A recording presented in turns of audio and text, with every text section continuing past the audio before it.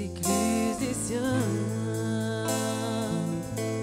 Relâche ta gloire, relâche ta gloire. Seigneur, ouvre les écluses des cieux. Relâche ta gloire, relâche ta gloire. Seigneur, ouvre les écluses des cieux. Relâche ta gloire, ta gloire. Seigneur, ouvre les écluses des cieux.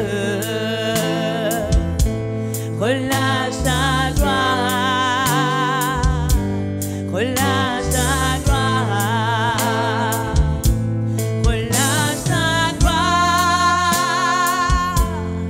Nous voulons te voir, nous avons soif de toi. Révèle-toi, fais entendre ta voix.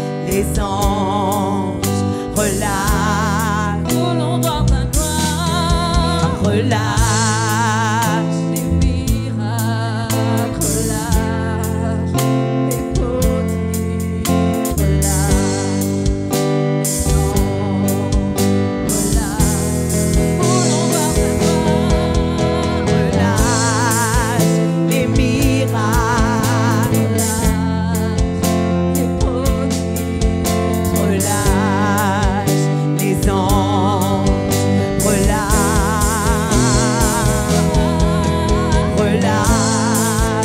les miracles, relâche les prodiges, relâche les anges, relâche. Seigneur, ouvre les écluses des cieux, relâche ta gloire.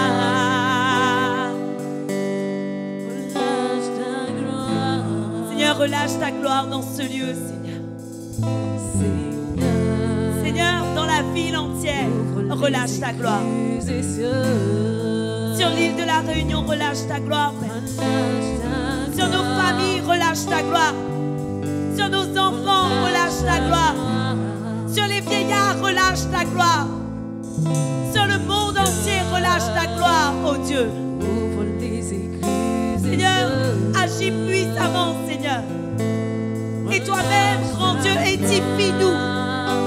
Édifie-nous, Père. Fortifie-nous, Seigneur. Rends-nous forts. Rends-nous fermes. Rends-nous robustes, oh Dieu. Afin que rien ne puisse tenir devant nous.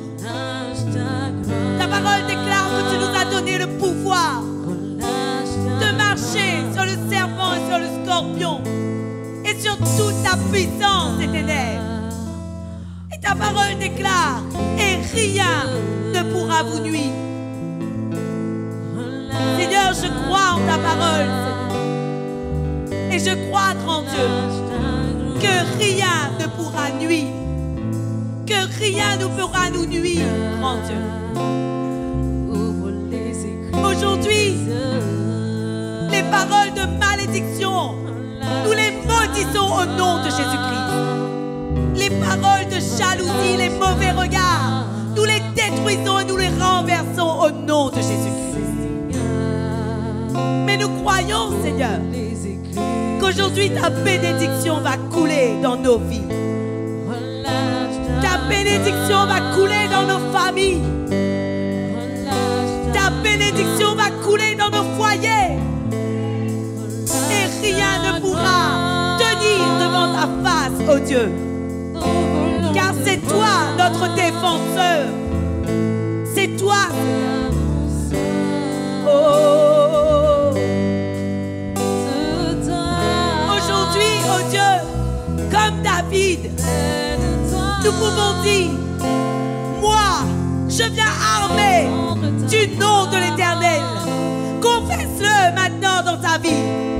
Et commence à dire, moi, je viens armé du nom de l'Éternel. Confesse-le. Et rien ne pourra tenir devant moi. Rien.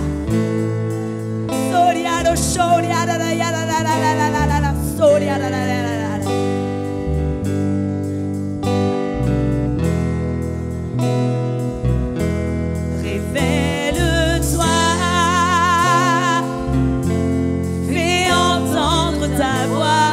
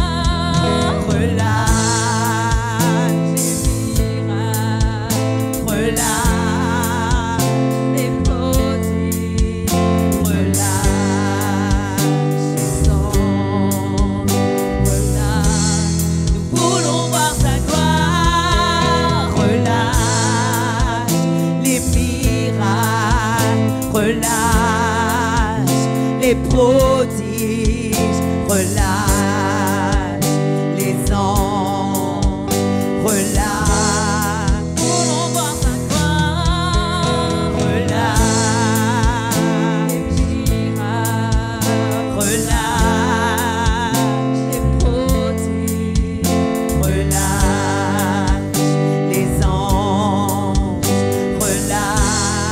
Voulons voir ta gloire, relâche les miracles, relâche les prodiges, relâche les anges, relâche. Nous voulons voir ta gloire, Seigneur. Ouvre les écluses des cieux. Relâche. Relâche ta gloire. Relâche ta gloire. Relâche ta gloire. Oui, Seigneur. Seigneur, ouvre les écluses des cieux. Relâche ta gloire. Relâche ta gloire. Seigneur, ouvre les écluses des cieux. Relâche ta gloire. Relâche ta gloire. Seigneur, ouvre les écluses des cieux. Relâche ta gloire. Relâche ta gloire. Dis à Dieu, j'accueille ta gloire dans ma vie, Seigneur. J'accueille ta gloire, Seigneur. J'accueille les miracles dans ma vie. J'accueille, Seigneur, les bénédictions et les prodiges. J'accueille les délivrances. J'accueille, Seigneur, ta gloire dans ma vie. Car je sais, grand Dieu, qu'il est temps que je sois réellement libre. Oh oui. Oh Seigneur, ouvre les écluses des cieux. Relâche ta gloire. Relâche ta gloire. Oui, Seigneur. Seigneur, ouvre les écluses des cieux. Relâche ta gloire. Relâche ta gloire. Relâche. Seigneur, ouvre les écluses des cieux. Relâche ta gloire. Relâche ta gloire. Relâche ta gloire. Relâche ta gloire. Relâche ta gloire. Nous voulons te voir. Nous avons soif de toi. Révèle-toi. Fais entendre ta voix. Relâche ta gloire. Relâche ta gloire. Nous voulons te voir. Nous avons soif de toi. Révèle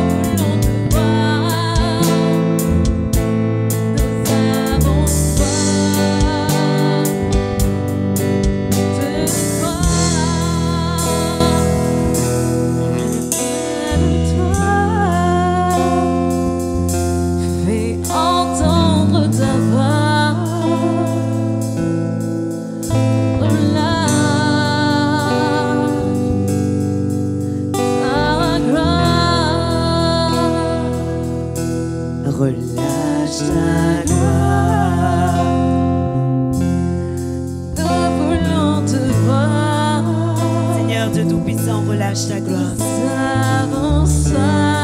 Aujourd'hui, Seigneur, que toutes nos pensées captives soient ramenées à l'obéissance de Jésus-Christ, Père. Afin que nous puissions voir ta gloire dans nos vies, dans nos familles,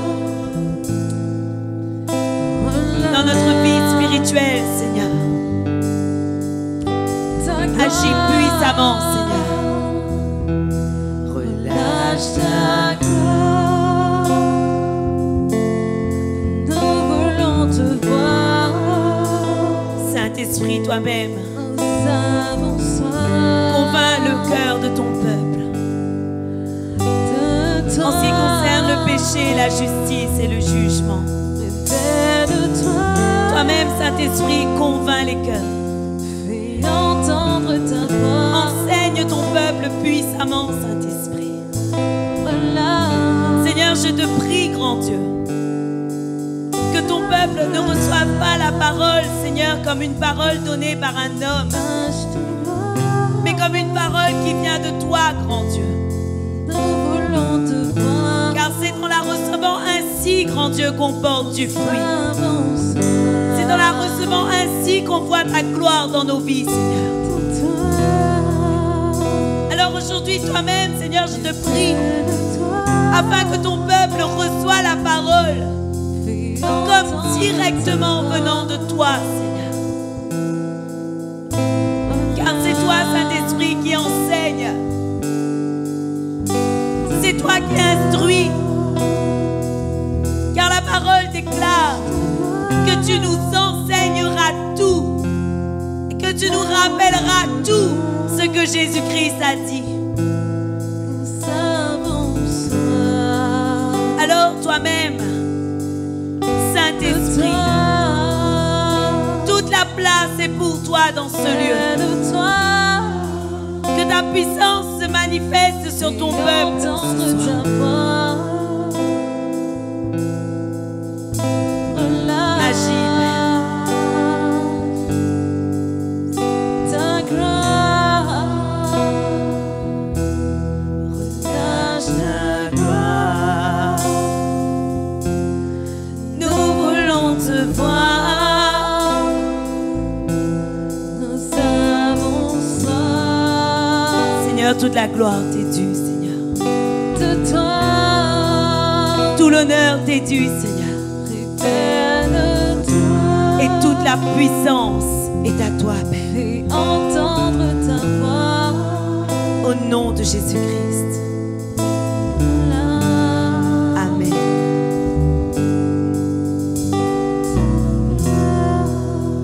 Amen. Gloire à toi, Seigneur. Amen. Gloire à Dieu. Amen.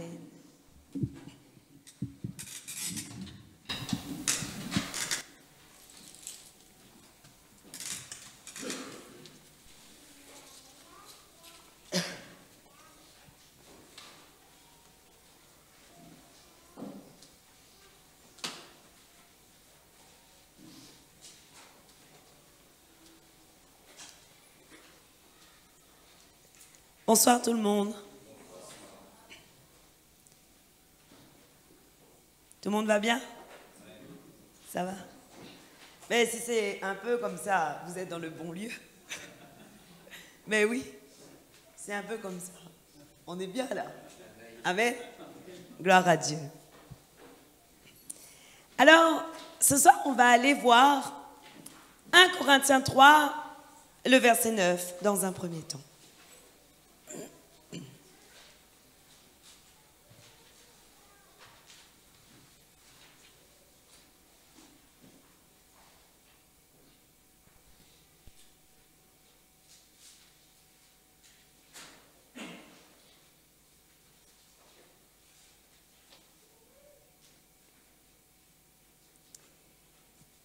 Alors, la parole de Dieu dit de nous une caractéristique et dit que nous sommes vraiment quelque chose que je crois que ce soir, nous devons prendre cette révélation vraiment de ce que la parole dit de nous.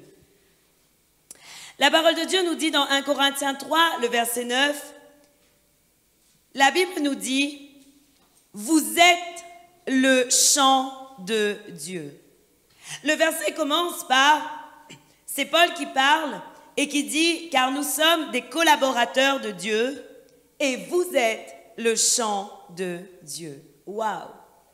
Et la parole de Dieu nous dit, et si on regarde le verset 8, la parole de Dieu nous dit, il y a quelqu'un qui a planté et il y a quelqu'un qui arrose. Et celui qui fait pousser, la Bible nous dit au verset 8 que c'est Dieu. Mais Paul disait, à propos de ce verset, Paul disait, celui qui plante, celui qui arrose sont égaux. Et en réalité, on est bien peu de choses. Mais celui qui fait pousser, et c'est Dieu, et lui, il est tout. Et ça, c'est merveilleux.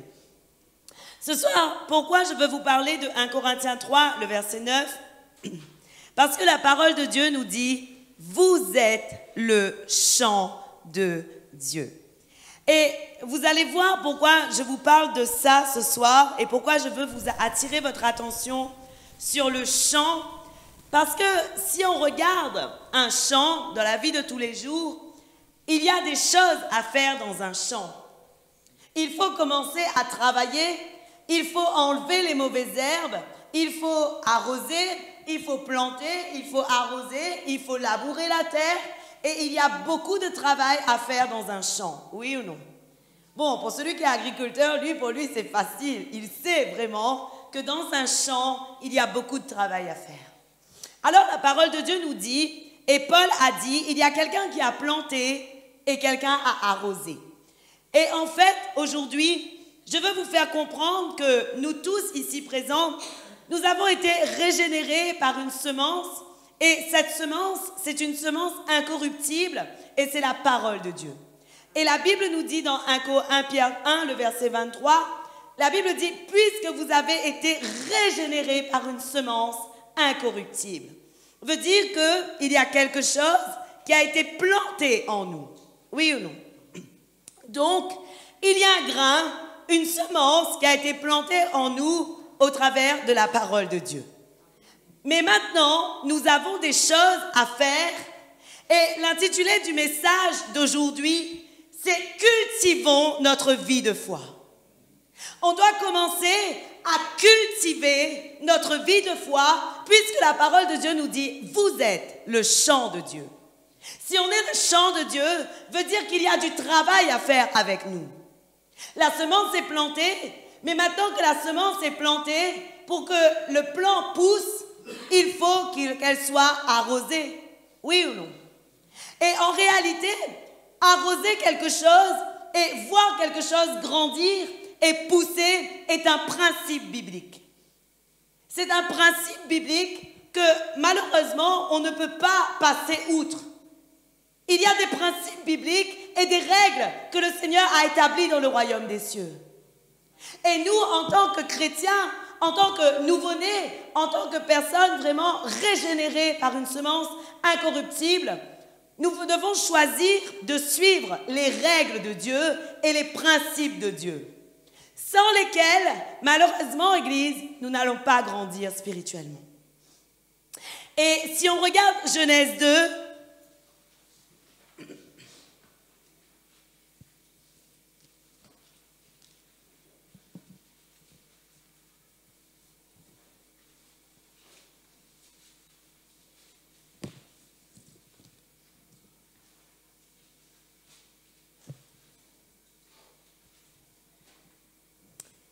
écoutez ce que la parole de Dieu nous dit dans Genèse 2, le verset 5.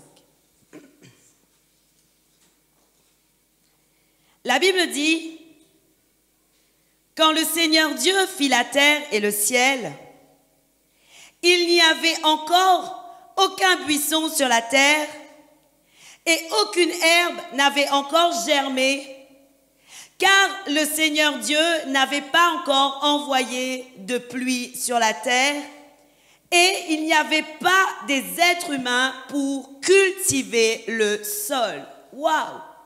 La parole de Dieu nous montre aujourd'hui que avant même que la pluie tombe sur la terre et avant même que l'homme existe et soit là pour cultiver la terre, la Bible nous dit qu'il n'y avait rien, il n'y avait pas d'herbe et il n'y avait rien qui avait encore germé parce qu'il n'y avait pas de pluie qui était tombée du ciel et que le Seigneur n'avait pas encore arrosé la terre.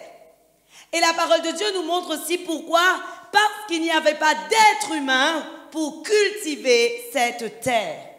La réalité des choses, Église, est que dans notre vie de foi, c'est la même chose. C'est comme si aujourd'hui, nous sommes une terre, nous sommes un terrain dont Dieu a planté une germe, dont Dieu a planté une semence. Et aussi longtemps qu'il n'y a rien pour arroser cette semence, aussi longtemps qu'il n'y a personne pour cultiver cette terre, malheureusement, tu ne pousseras pas. Tu ne changeras pas et ta vie ne sera pas transformée. Tu ne grandiras pas spirituellement parce qu'il te manque la pluie. Il te manque que ta terre soit arrosée. Il te manque vraiment qu'il y ait quelqu'un qui fasse l'effort de cultiver. Et aujourd'hui, Église, c'est ça que je veux vous montrer. Selon la parole de Dieu, nous avons des choses à faire pour arroser la parole de Dieu, la plante et la semence que Dieu a plantée en nous. Pour pouvoir grandir spirituellement, pour pouvoir changer dans ta vie, pour pouvoir porter du fruit, il y a des choses que tu dois faire. Et tant que tu ne mettras pas en pratique ce que la parole de Dieu te dit, malheureusement, rien ne sera produit dans ta vie.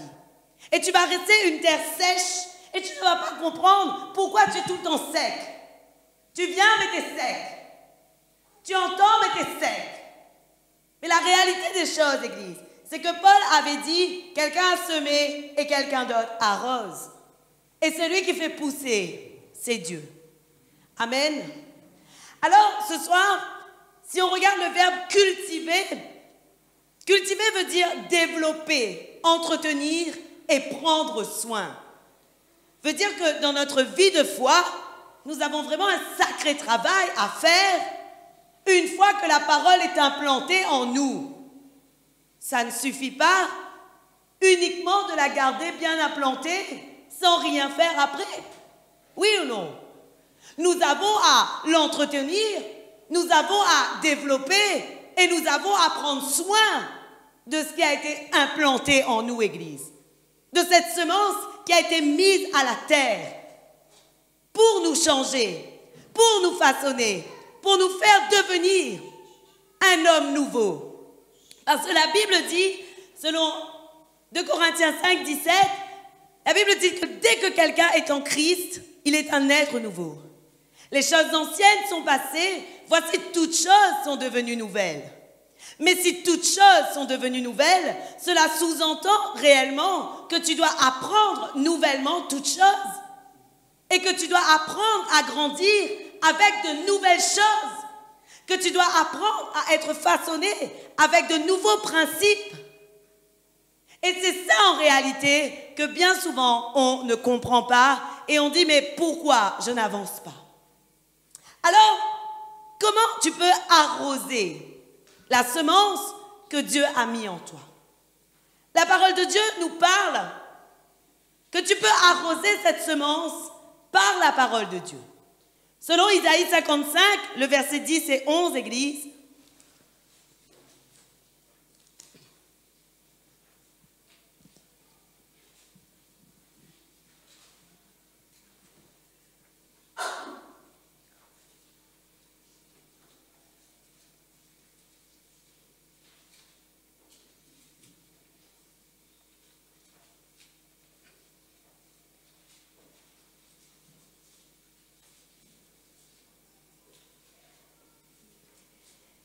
la Bible nous dit, la pluie et la neige tombent du ciel, mais elles n'y retournent pas sans avoir arrosé la terre, sans l'avoir rendue fertile, sans avoir fait germer les graines. Elles procurent ainsi ce qu'il faut pour semer et ce qu'il faut pour se nourrir. Eh bien, il en est de même pour ma parole, pour ma promesse. Elle ne revient pas à moi sans avoir produit d'effet, sans avoir réalisé ce que je voulais et sans avoir atteint le but que je lui avais fixé. Amen. La parole de Dieu est claire, Église.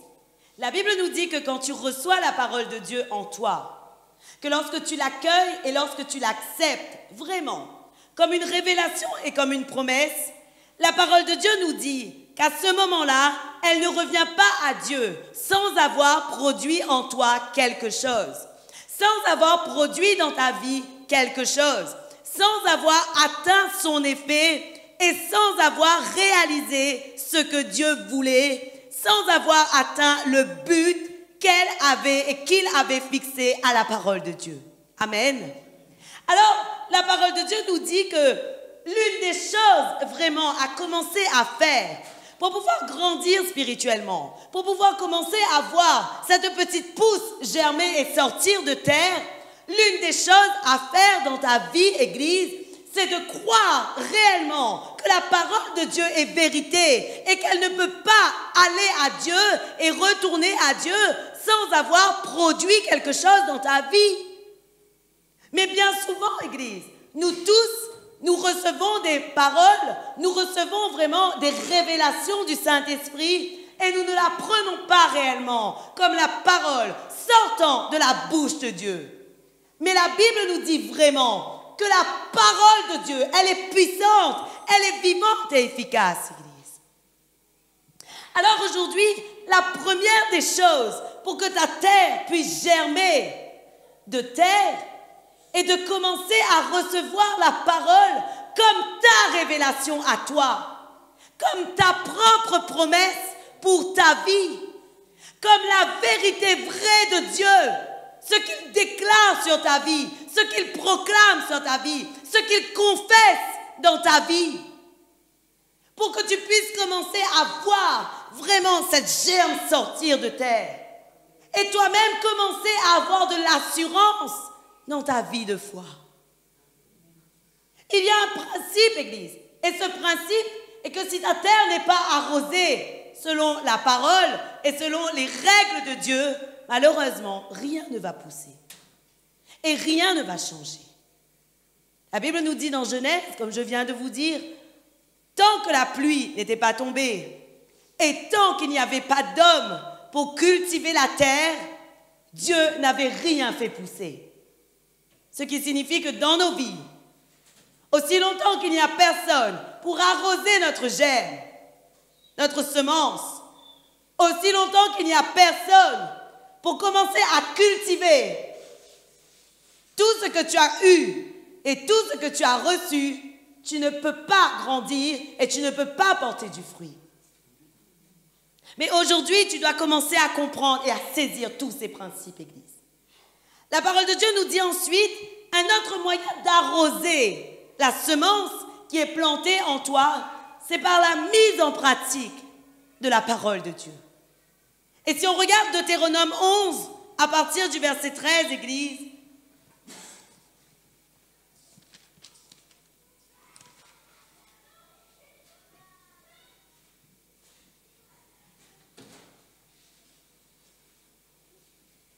écoutez bien ceci. La Bible dit, si vous obéissez fidèlement aux commandements que je vous communique aujourd'hui, si vous aimez et servez le Seigneur votre Dieu de tout votre cœur et de toute votre âme, il fera tomber la pluie sur vos terres en temps voulu, en automne et au printemps, pour que vous puissiez avoir de bonnes récoltes, du blé, du vin, de l'huile. Il fera aussi pousser l'herbe des prés pour votre bétail. Vous aurez de quoi vous nourrir abondamment. Waouh! La parole de Dieu nous dit, écoute ce principe, Église. La Bible te dit aujourd'hui que si réellement tu mets en pratique aujourd'hui, fidèlement, la parole de Dieu, si tu aimes le Seigneur, si tu décides de le servir de tout ton cœur, de toute ton âme, la parole de Dieu dit qu'il fera tomber sur ta terre de la pluie. Qui désire grandir spirituellement ici? Qui désire atteindre des niveaux spirituels que personne ne pourra arrêter? Je veux dire, quand je dis personne, ce n'est pas le monde, c'est les puissances des ténèbres, l'ennemi. Qui veut atteindre ces niveaux spirituels-là? Nous tous, non? Mais pour pouvoir atteindre ces niveaux spirituels, Église, il faut commencer à faire ce que la parole te recommande.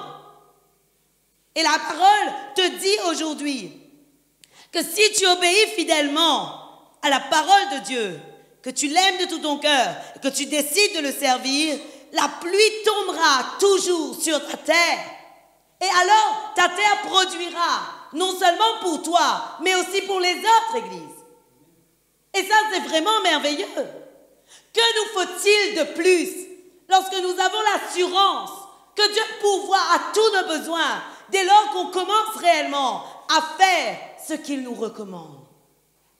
Vraiment, moi, je ne sais pas. Personnellement, quand je vois tous ces principes bibliques, je dis, Seigneur, franchement, il ne me faut rien d'autre que toi. Dans ma vie, je n'ai juste besoin de toi, de Jésus-Christ et de ton Saint-Esprit. Et c'est ça la réalité des choses, Église. Parce que lorsque Dieu dit, il le fait. Et lorsque Dieu te parle du moyen d'arroser ta terre, c'est parce qu'il veut que tu commences à grandir. Pourquoi commencer à grandir? Parce que malheureusement, si tu restes cette semence et que tu ne produis rien, le diable aura vite fait de te vaincre. Mais logiquement parlant, la parole de Dieu nous dit que nous devons vraiment et que nous avons l'autorité de vaincre la puissance des ténèbres. Mais si tu ne connais pas ta position et si tu n'as pas de fruits, va pour attaquer le diable, tu verras le résultat. Va pour attaquer et tu verras le résultat. Le problème, Église, est que aussi longtemps que nous ne nous fortifions pas, malheureusement, nous sommes des proies faciles pour l'ennemi. Mais aujourd'hui, tu dois commencer à comprendre comment le Seigneur veut produire en toi et comment vraiment il veut te faire grandir puissamment. La parole de Dieu nous dit encore que la soumission à Dieu nous permet d'arroser et fait que Dieu arrose, fait que vraiment cette germe qui a été arrosée en nous puisse grandir. Selon la parole de Dieu, et si tu regardes Osée 6, le verset 3,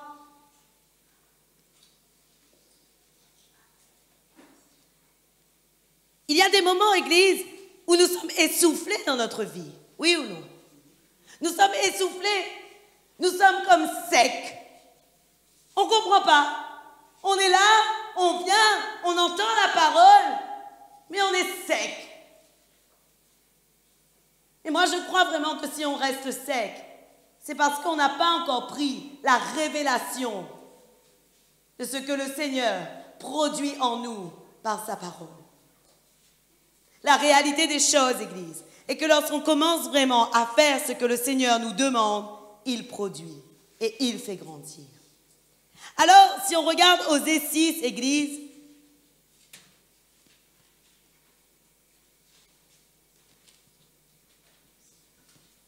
le verset 3, la parole de Dieu nous dit, « Alors, reconnaissons-le comme Dieu. Oui, tâchons vraiment de reconnaître le Seigneur. Son intervention est certaine, comme la venue de l'aurore. Il viendra jusqu'à nous comme la pluie d'hiver ou la pluie du printemps qui rafraîchit la terre. » Amen.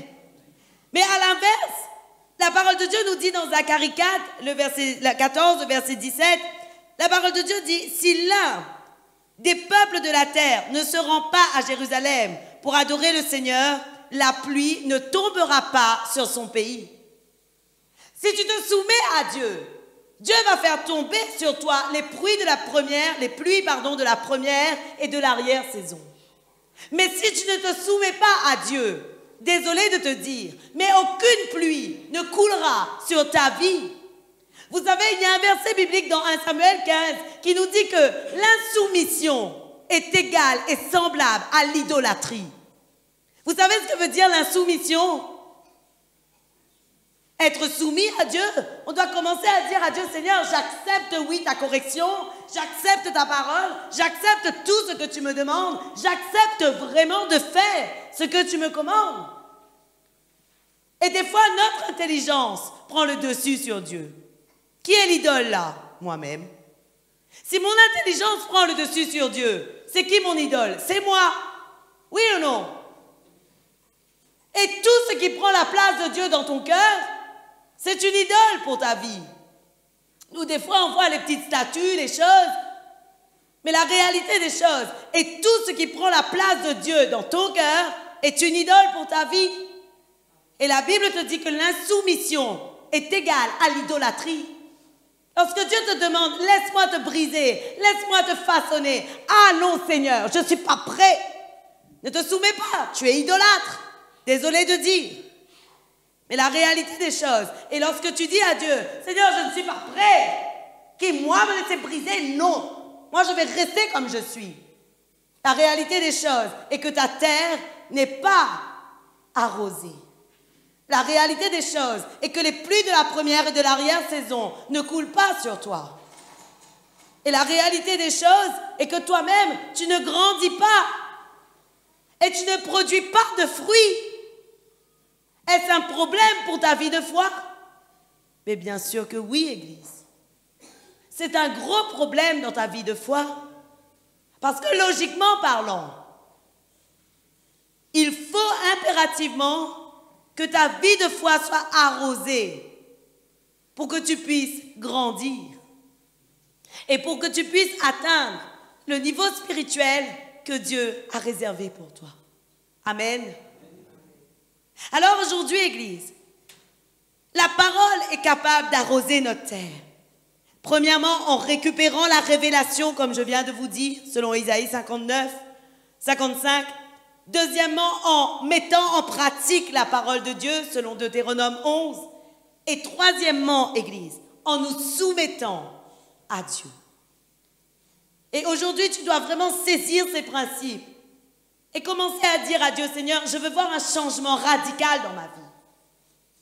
Et je veux vraiment qu'à partir de ce jour, mon attitude fasse que ta parole permette toujours à une bénédiction au plus de la première et de l'arrière-saison à couler sur moi-même, à couler sur la première graine et la première semence spirituelle que j'ai eue, afin que je puisse grandir et grandir et grandir et aller de gloire en gloire et de victoire en victoire, Église. Une autre chose qui permet vraiment de faire grandir notre foi et d'arroser notre vie de foi, c'est la prière. La parole de Dieu nous dit « priez sans cesse ». Et je crois vraiment que bien souvent, on néglige la prière. On néglige parce qu'on ne voit pas tout de suite le résultat. Bien souvent, on ne voit pas tout de suite le résultat. Et des fois, lorsque nous sommes dans le lieu secret, on n'a pas forcément de confirmation de la part de Dieu qui nous dit « oui, c'est bon, je m'occupe de ton problème ». Alors, des fois, on s'essouffle. Mais la parole de Dieu nous dit « veillez et priez sans cesse ». Sans cesse veut dire prier sans cesse. En toutes circonstances, prie. Même dans le découragement, prie. Et si on regarde la parole de Dieu, Église, et si on regarde vraiment comment Paul a agi au travers des églises de Thessalonique ou qu'importe Corinthiens, la Bible nous montre que Paul n'était pas dans ces églises, oui ou non? L'apôtre était loin. Bien souvent, il était emprisonné. Il ne pouvait pas aller les voir. Mais la Bible nous montre qu'à plusieurs reprises, Paul a dit « J'ai prié sans cesse Dieu pour vous, afin que vous ne vous égariez pas. » Et la Bible nous prouve que dans le cas de Thessalonique, par exemple, si on prend la parole de Dieu et si on prend vraiment le témoignage que Paul en fait, lorsqu'il dit « Jour et nuit, nous prions avec avec la même ardeur pour que le Seigneur complète ce qui manque à votre foi, la Bible nous prouve que l'église de Thessalonique n'a jamais flanché. L'église de Thessalonique est restée ferme. Pourquoi? Non seulement parce que lui-même faisait, l'église elle-même faisait des efforts pour vraiment porter du fruit, mais je crois fermement que c'est par la prière de Paul que Dieu a toujours veillé et produit dans la vie des peuples pour lesquels il n'était pas avec eux. La réalité des choses, Église, est que si la parole de Dieu nous dit de prier sans cesse, c'est qu'il y a vraiment quelque chose qui est produit au travers de la prière. Mais le problème est que comme nous ne voyons pas le résultat tout de suite, à un moment donné, on s'essouffle. Vrai ou faux? Mais je te dis, Église, la prière est vraiment très primordiale dans ta vie de foi. Il y a un verset biblique que j'aime bien et une histoire biblique plutôt que j'aime bien. C'est l'histoire de Luc 18 où la parole de Dieu nous parle de cette veuve qui commençait à prier, vraiment, vous connaissez, devant le juge. Et à un moment donné, elle a prié, elle a demandé au juge, mais fais-moi justice, fais-moi justice, fais-moi justice. Et la réalité des choses est qu'à un moment donné, le juge était fatigué d'entendre cette veuve. Et il a dit, c'est bon, allez, on lui accorde ce qu'elle a demandé.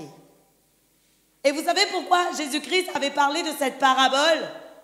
Parce qu'il avait dit, à combien plus forte raison le Père, qui vous aime, qui nous aime, répondra à nos prières si nous continuons à prier avec ardeur. La parole de Dieu nous demande vraiment de prier avec ardeur. Vous savez ce que c'est l'ardeur? La détermination. Vous savez ce que ça veut dire? Tu ne peux pas arrêter quand tu as l'ardeur. Oui ou non? Quand tu es déterminé, quand tu es persévérant, tu ne peux pas t'arrêter. Même si tu ne vois pas, tu demandes à Dieu encore la chose sans cesse. Et le Seigneur te donnera tout, car la parole de Dieu dit, si vous, mauvais comme vous êtes, votre enfant vous demande un morceau de pain, allez-vous lui donner un serpent? Non, vous allez lui donner du pain, non? Et Dieu dit, à combien plus forte raison, moi qui suis Dieu, je vais vous donner ce que vous me demandez en mon nom. Amen. Alors aujourd'hui, Église, tu dois commencer à comprendre que la prière te permet vraiment de faire grandir ta vie de foi. Et toi-même, tu peux demander à Dieu, Seigneur, permets que jamais je ne chancelle. Seigneur, toi qui as commencé une œuvre bonne en moi, continue-la jusqu'à la venue de Jésus-Christ. Père très saint, commence à travailler mon cœur afin que je change. Commence à montrer vraiment, à faire de moi un serviteur ou une servante puissante pour ta gloire. Penses-tu que ce genre de prière serait agréable à Dieu? Bien sûr que oui. Ce genre de prière est agréable à Dieu. Pourquoi? Parce que tu ne cherches pas ton intérêt, mais tu cherches l'intérêt pour le royaume des cieux. Tu cherches à tenir ferme et tu cherches vraiment l'objectif qui est le salut et qui est la vie éternelle.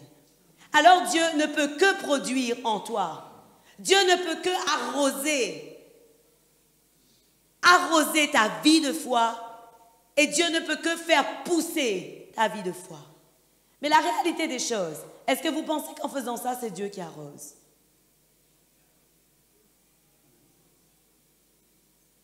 Et tout à l'heure, j'ai dit la réponse, j'ai fait exprès de dire ça. C'est vous. La parole de Dieu nous dit que celui qui plante, celui qui arrose n'est rien. Celui qui fait pousser, c'est Dieu. En mettant en pratique les principes bibliques, c'est vous-même qui commencez à arroser votre vie de foi. Vous arrosez par l'obéissance à la parole. Vous arrosez par la soumission à Dieu. Vous arrosez par la prière. Et alors, qu'est-ce que Dieu fait? Il fait pousser. Et lorsque vous faites ce que la parole de Dieu demande, la pluie tombe sur votre terre parce que vous avez fait ce que la parole de Dieu a demandé. Vous avez mis en pratique ce que la parole de Dieu a recommandé. Et vous avez fait et vous avez voulu croire en ce principe biblique que Dieu attendait vraiment qu'il y ait un homme pour cultiver la terre. Dieu attendait. Et aujourd'hui, Église, tu dois commencer à comprendre que dans ta vie de foi, tu dois être actif. Dans ta vie de foi, tu ne peux pas rester passif. Tu dois commencer à travailler pour ta propre vie de foi. Tu dois commencer à travailler vraiment dans ta vie pour pouvoir voir la gloire de Dieu se manifester en toi. Mais si tu ne fais rien, vous savez, il y a un proverbe qui dit « paresseux ». Regarde la fourmi.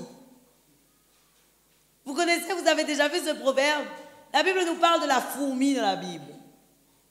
Je crois vraiment que celui qui a inventé la fourmi et la cigale, il était inspiré par Dieu. Parce que la parole de Dieu utilise vraiment ce proverbe, dit, regarde la fourmi, elle travaille tous les jours. Elle cherche tous les jours ce qui est nécessaire pour qu'elle puisse vivre. Mais toi, Église, est-ce que tu es actif dans ta vie de foi ou est-ce que tu es plutôt paresseux? Désolé de dire, mais nous tous, on est un peu paresseux des fois dans notre vie. Mais le problème est qu'on doit commencer à se poser la question et à dire, suis-je paresseux dans ma vie de foi?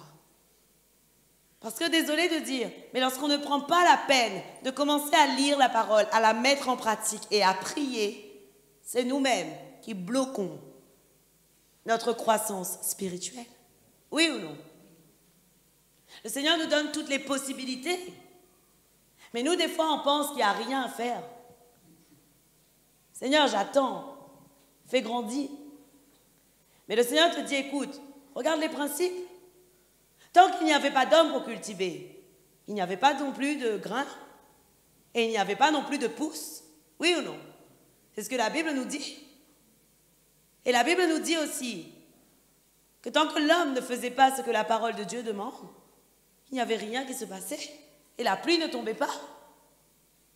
Mais aujourd'hui, il est temps que tu commences à produire dans ta propre vie.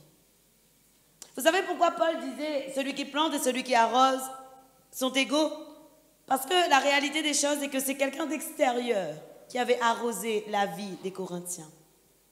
Et il est possible aussi, comme moi, j'arrose votre vie de foi. Pourquoi j'arrose votre vie de foi? Et pour certains, j'ai planté votre semence aussi. Eh bien, parce que je vous enseigne la parole. Et alors, il y a des fois des personnes extérieures qui vont arroser ta vie de foi. Mais toi aussi, Église, aujourd'hui, je veux vraiment que tu prennes conscience que toi-même, tu dois vraiment commencer aussi à arroser, en plus que ceux qui sont extérieurs, ta vie de foi. Amen. En plus que celui qui est extérieur à toi, toi aussi, tu as des choses à faire pour arroser ta vie de foi.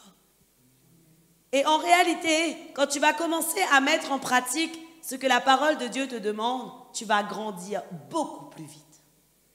Tu vas grandir et progresser beaucoup plus vite. Tu vas tenir ferme beaucoup plus. Et lorsque l'ennemi va essayer de mettre des bâtons dans tes roues, tu seras résistant. La parole de Dieu nous demande d'être forts et résistants. Mais la réalité des choses est que si nous sommes petits, moi, je n'ai jamais vu un arbuste qui tient devant un pied. Mais par contre, je n'ai jamais vu un pied défoncer un gros arbre. À moins qu'il était vraiment pourri à la souche. Mais logiquement parlant, Église, nous devons commencer à être un gros arbre, oui ou non? Mais il est temps maintenant de décider fermement.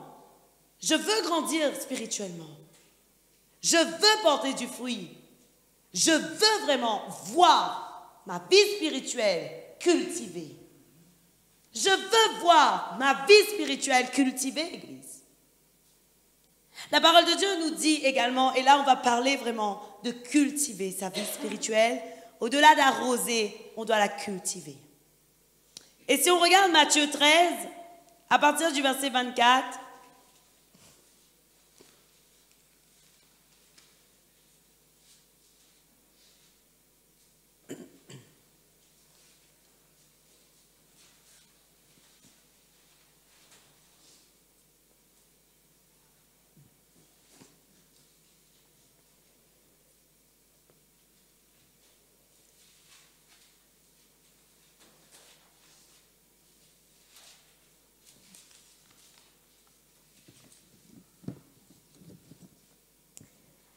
La Bible nous dit,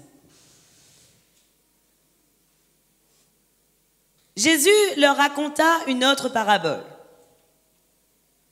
Voici à quoi ressemble le royaume des cieux. Un homme avait semé de la bonne semence dans son champ.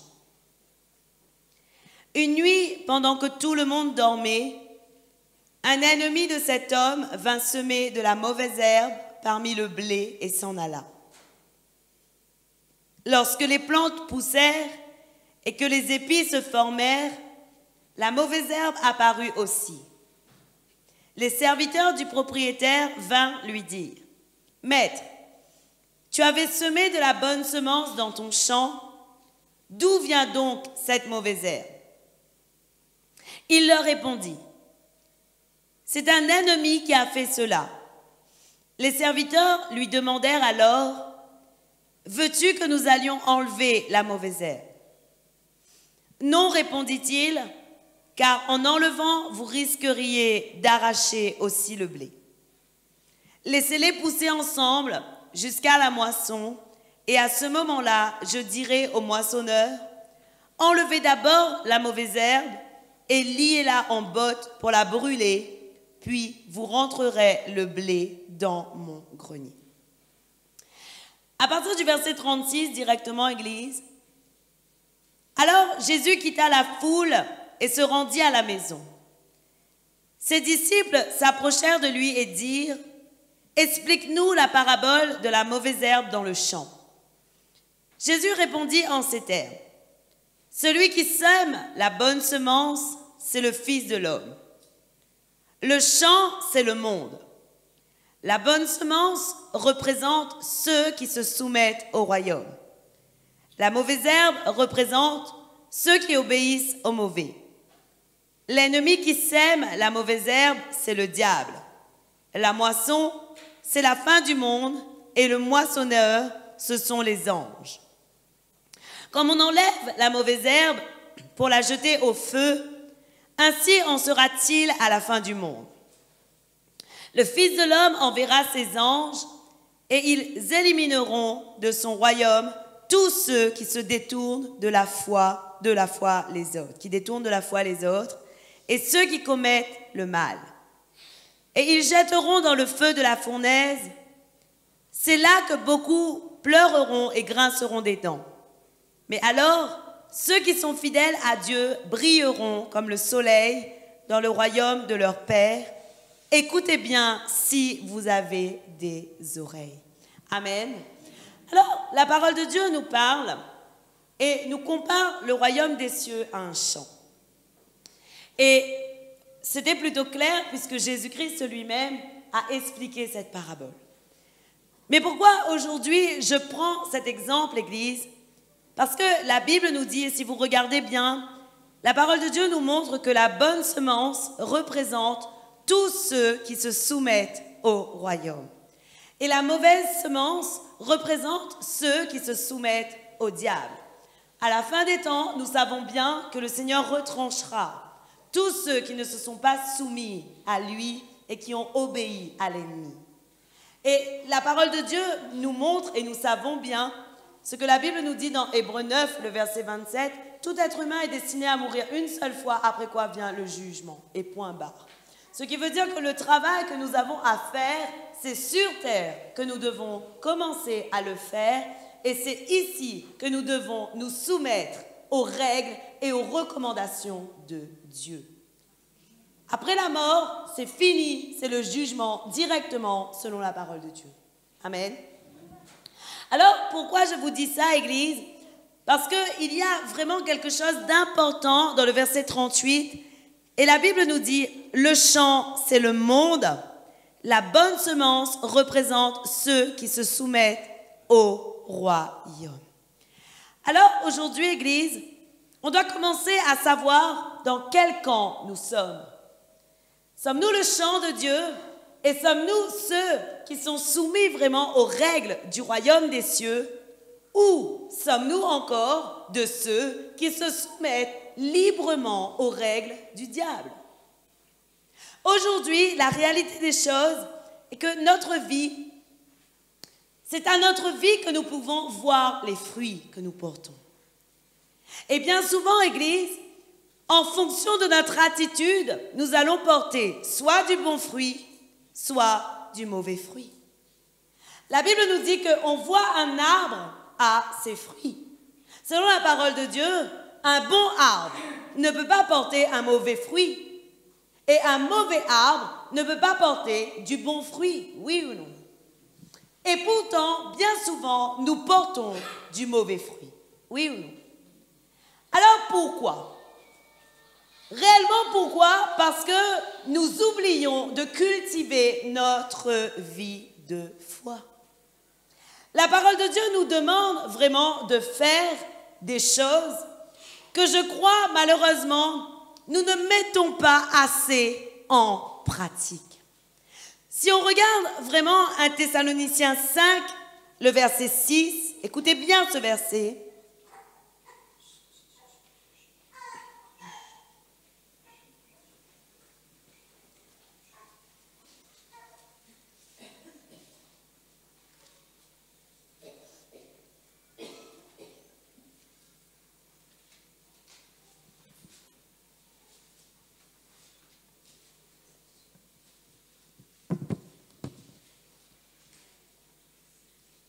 Cultiver veut dire quoi? On a dit tout à l'heure, développer, entretenir, prendre soin, oui? Alors aujourd'hui, la Bible nous donne des manières de vivre qui nous permettront de cultiver notre foi. Selon 1 Thessaloniciens 5, le verset 6, la parole de Dieu nous dit: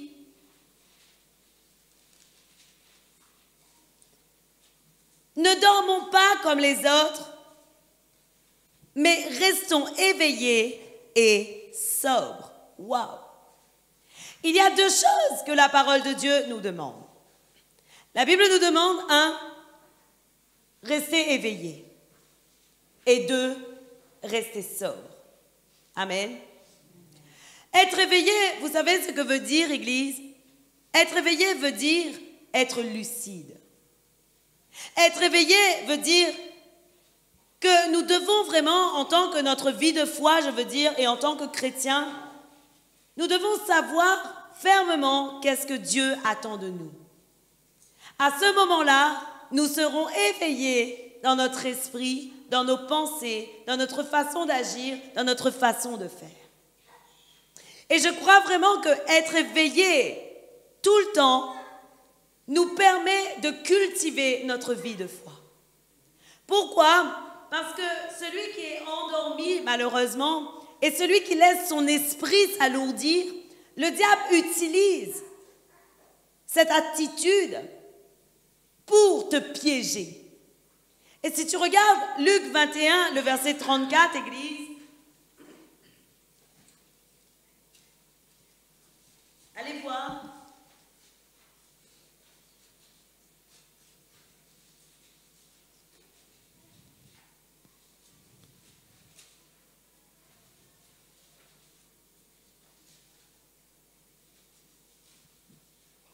La Bible dit: prenez garde, ne laissez pas votre esprit s'alourdir dans les fêtes et l'ivrognerie, ainsi que dans les soucis de cette vie, sinon le jour du jugement vous surprendra tout à coup comme un piège, car il s'abattra sur tous les habitants de la terre entière. Alors, la parole de Dieu nous dit: ne laisse pas ton esprit s'alourdir dans les fêtes, dans l'ivrognerie et dans les soucis de cette vie. Pourquoi je vous parle de ça, Église? Parce qu'en réalité, le diable utilise les fêtes, le diable utilise l'ivrognerie et le diable utilise les soucis de cette vie afin de t'endormir. Le diable est en train de détourner ton attention par toutes les situations de ta vie dont tu te soucies, par tout ce que tu fais passer comme, on va dire, les fêtes et tout ce qui préoccupe ton intelligence avant Dieu. Le diable est en train d'alourdir et de détourner ton attention pour ne plus que tu cherches vraiment et que tu laisses Dieu produire dans ta propre vie. La parole de Dieu nous dit que lorsque tu agis ainsi, surtout Église, parce que certainement que pour nous ici, on va dire qu'on fait moins la fête, qu'on ne fait pas la fête du tout peut-être, qu'on ne fait plus, certains, oui, qu'on ne vit plus dans l'ivrognerie, mais par contre, il y a encore quelque chose que le diable est capable d'utiliser contre toi. Le souci de cette vie. Waouh! Voilà pourquoi la parole de Dieu nous dit, ne vous inquiétez pas, ne vous inquiétez de rien, mais en toutes circonstances, faites connaître à Dieu vos besoins par des prières, par des supplications et des actions de grâce. Et la paix de Dieu qui surpasse toute intelligence gardera votre cœur et vos pensées unis à Jésus-Christ. Et aujourd'hui, Église, le diable utilise malheureusement les situations de ta vie, les soucis de ta vie, les préoccupations de ta vie pour détourner ton attention. Et vous savez ce qui se passe? À ce moment-là, notre esprit s'alourdit. Et puis on commence à se poser beaucoup de questions. À ce moment-là, à un moment donné, quand on a déjà puisé dans la parole de Dieu, le Saint-Esprit te donne toutes les paroles nécessaires pour essayer de tenir. Mais à un moment donné, quand tu as appris que 2 versets dans la Bible, le Saint-Esprit a beau puiser, mais il ne trouve plus de versets pour te donner. Parce que la Bible nous dit que le Saint-Esprit te rappelle toutes choses. Le Saint-Esprit est une aide. Veut dire que d'abord, il faut que tu prennes la parole de Dieu, que tu la graves dans ton cœur. Oui. Mais si tu n'as rien, que tu es vide, quand le Saint-Esprit t'a déjà donné 2 ou 5 versets, malheureusement, à un moment donné, il te manque quelque chose et tu deviens quoi? Tu deviens assoiffé. Tu deviens un assoiffé. Vous savez ce que veut dire assoiffé? Ça veut dire quelqu'un qui commence à avoir soif. Est-ce que parfois votre vie n'est pas comme ça? Vous commencez à avoir des soucis, des préoccupations de ce monde, mais quand vous restez dans ces préoccupations, bon, 2 versets pendant 2 jours, j'ai tenu ferme, j'avais ces 2 versets pour me tenir ferme, mais malheureusement, plus j'avance, oh là là, plus de versets pour me tenir ferme, plus de paroles, et je deviens assoiffé. Le piège ensuite, c'est que lorsque tu restes dans cet assoiffement, et que tu commences vraiment à te décourager et à t'éloigner de Dieu et à dire, mais non, ça ne sert plus à rien. Parce que de toute façon, voilà comment ma situation est. Le diable commence à t'assécher. Le diable qui commence à enlever l'eau de toi. Là, c'est grave. Et à la fin, il te dessèche totalement. Ça veut dire que tu es rendu sec. Vous rigolez, mais c'est vraiment le processus que le diable utilise.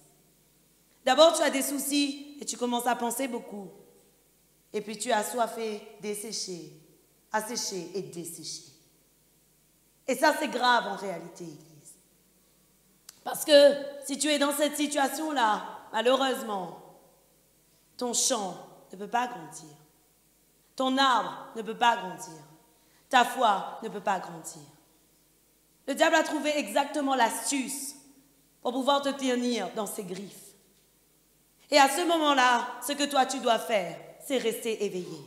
Veut dire que tu dois commencer vraiment à prendre les promesses de Dieu pour ta vie. Car c'est vraiment le fleuve et les pluies de la première et de l'arrière-saison qui avaient commencé à couler sur toi.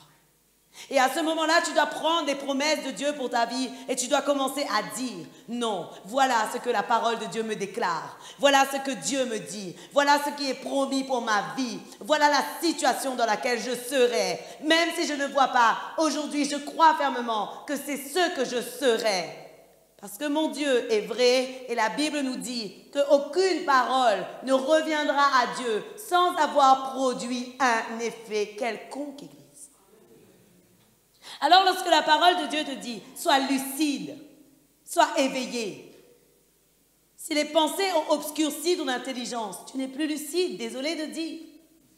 Si les soucis de cette vie ont commencé vraiment à étouffer ton intelligence, parce que c'est vraiment ce que les pensées font et les soucis font. Malheureusement, Église, tu es en danger.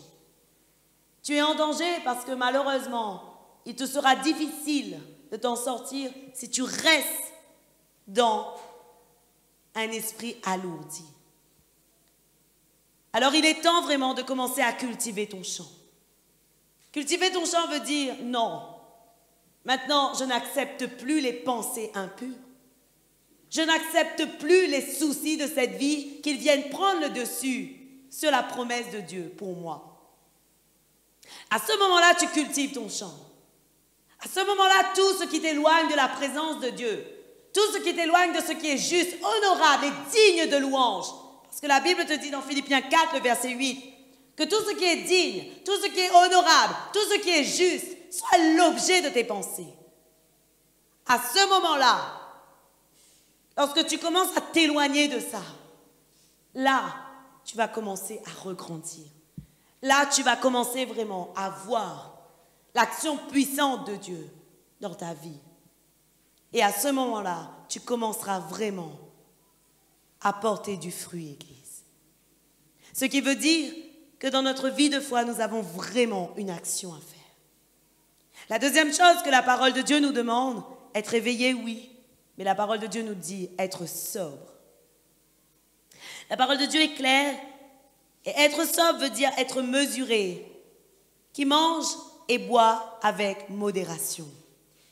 Et en réalité, Église, beaucoup de fois, nous faisons tout avec excès dans notre vie. Et malheureusement, lorsque nous faisons tout avec excès dans notre vie, nous créons un grave danger pour nous-mêmes. Et malheureusement, à ce moment-là, nous ne portons pas du bon fruit. Et si on regarde Proverbe 23, Église,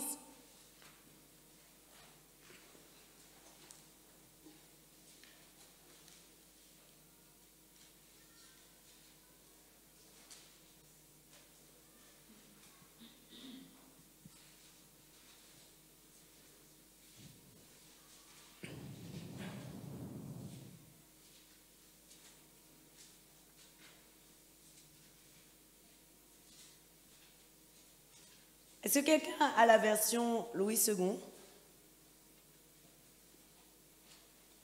Personne? J'ai oublié mon autre Bible.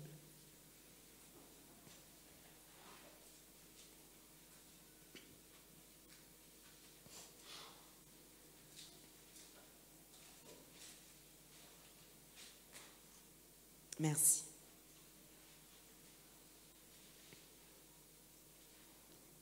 Proverbe 23,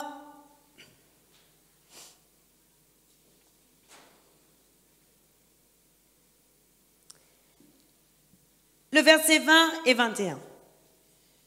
Je vais vous lire la version Louis II.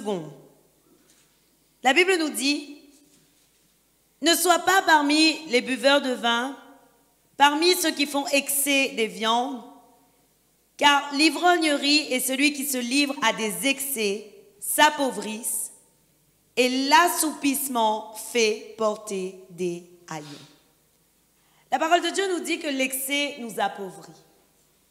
Au lieu que l'excès nous enrichit, et c'est ce que nous on pense.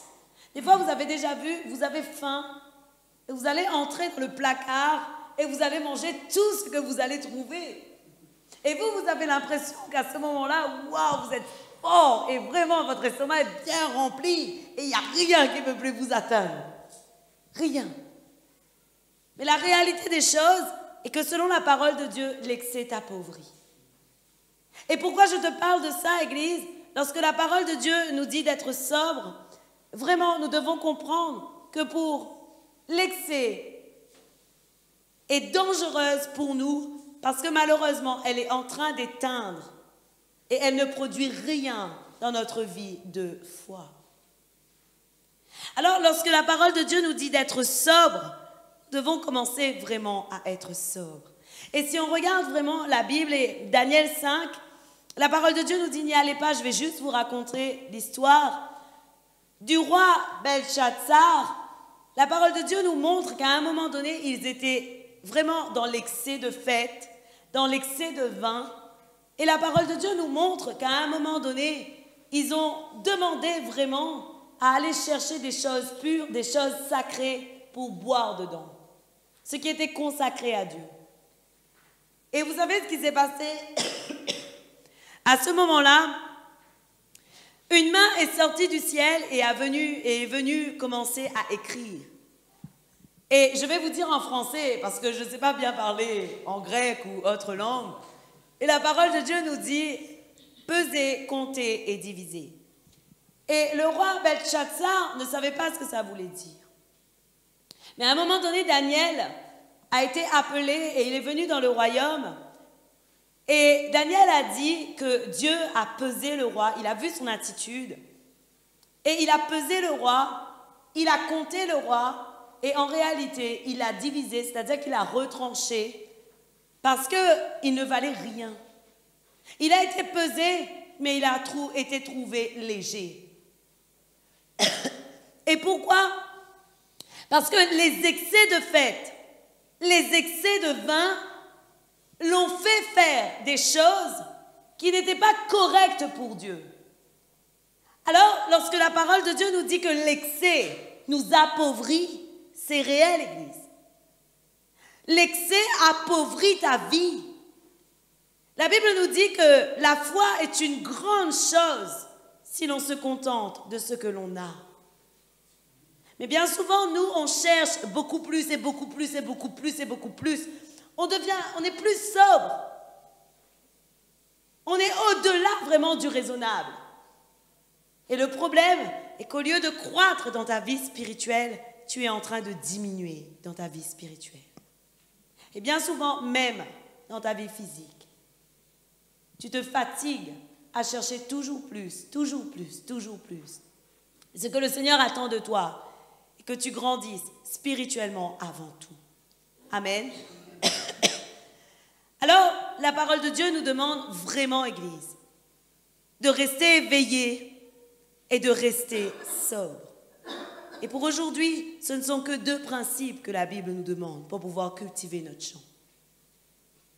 Mais il y a encore énormément de choses que Dieu nous demande afin de pouvoir voir notre vie de foi grandir.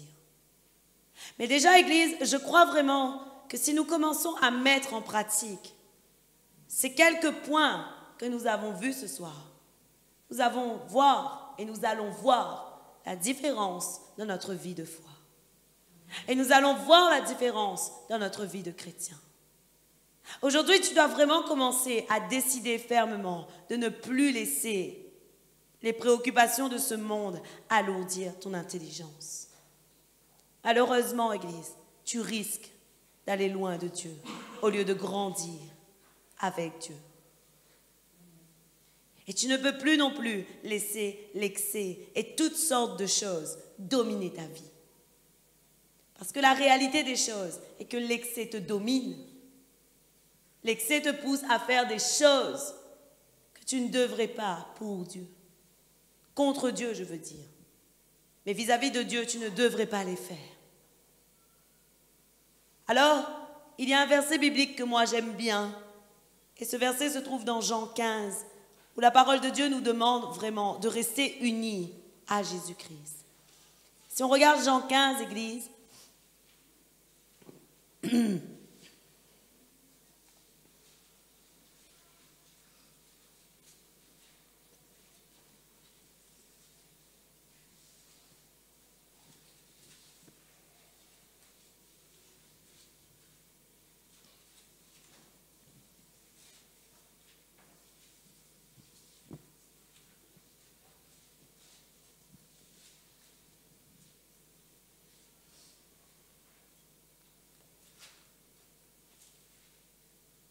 le verset 1 à 6. La Bible nous dit, « Je suis la vraie vigne, et mon Père est le vigneron. Il enlève tout rameau qui, uni à moi, ne porte pas de fruits, mais il taille, il purifie chaque rameau qui porte des fruits pour qu'il en porte encore plus. L'enseignement que je vous ai donné vous a déjà rendu pur. Demeurez unis à moi comme je suis uni à vous. Un rameau ne peut pas porter de fruits par lui-même sans être uni à la vigne. De même, vous ne pouvez pas porter de fruits si vous ne demeurez pas unis à moi. Je suis la vraie vigne. Je suis la vigne. Vous êtes le rameau. Celui qui demeure uni à moi et à qui je suis uni porte beaucoup de fruits. Car vous ne pouvez rien faire sans moi. Celui qui ne demeure pas uni à moi est jeté dehors comme un rameau, il sèche. Les rameaux secs, on les ramasse, on les jette au feu et ils brûlent. Amen. Alors la parole de Dieu, Église, nous dit vraiment, et Jésus-Christ a dit, au verset 2, il dit, il enlève tout rameau qui, uni à moi, ne porte pas de fruits.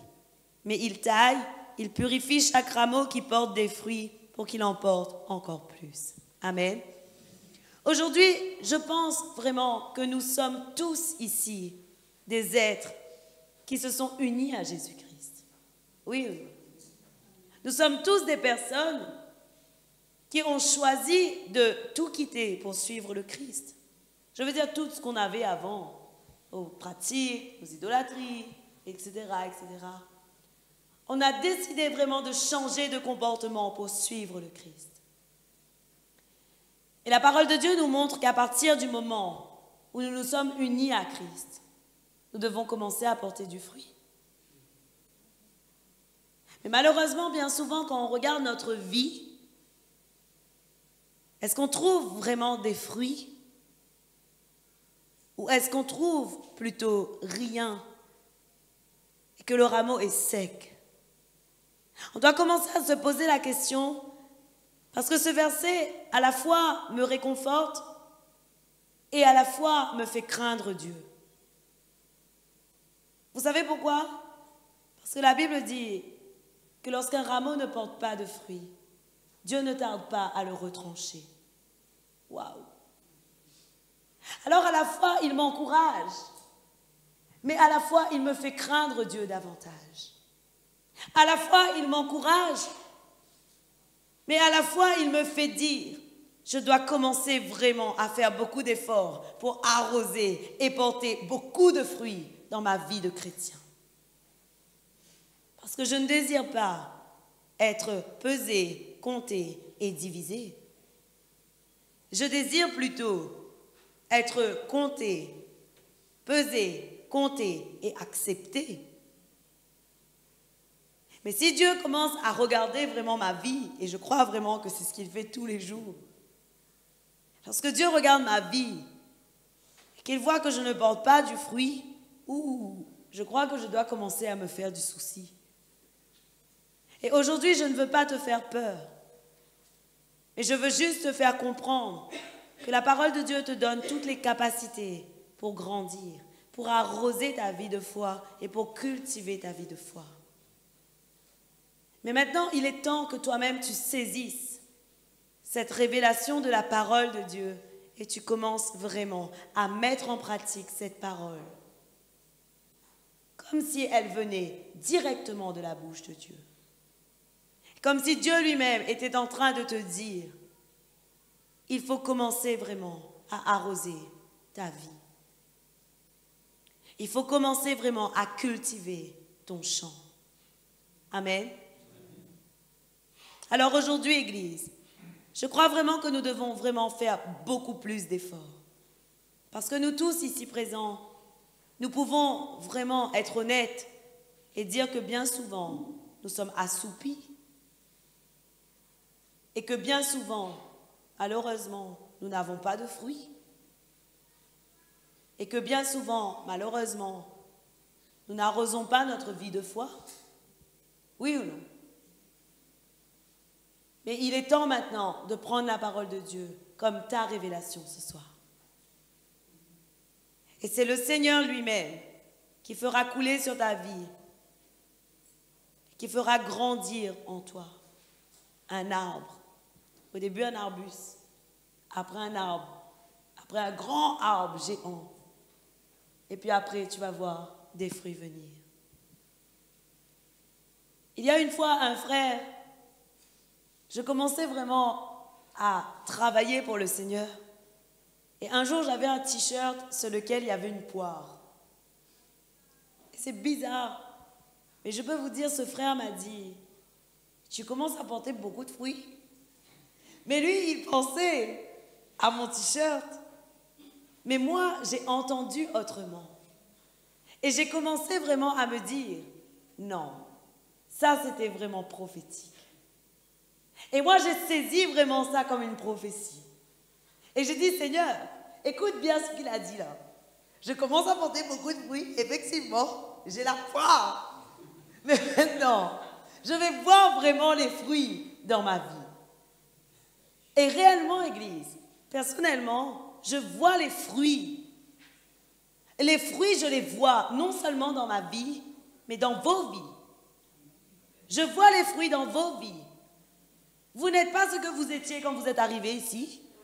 Vous êtes bien différents et je rends grâce à Dieu pour tout ce que la parole de Dieu a produit en vous. Je rends grâce à Dieu pour l'amour aujourd'hui que vous chérissez pour Jésus-Christ.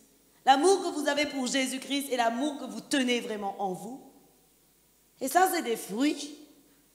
Je rends grâce à Dieu vraiment pour tout. Et aujourd'hui, Église, je sais et je saisis cette promesse que je suis l'homme que Dieu a mis sur la terre pour commencer à cultiver les champs. Et bien toi aussi, tu es l'homme que Dieu a mis sur la terre pour cultiver ton champ. Tous ici, nous sommes les hommes et les femmes que Dieu a mis sur la terre pour cultiver les champs. Vous voulez voir des fruits et des arbres du royaume des cieux pousser? Alors cultivez, Église. Cultivez. Si vous voulez voir des fruits du royaume des cieux pousser, cultive. Et tu vas voir la différence. Amen. Ça, c'est merveilleux. On applaudit le Seigneur.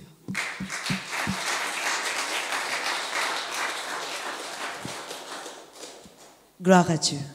Amen.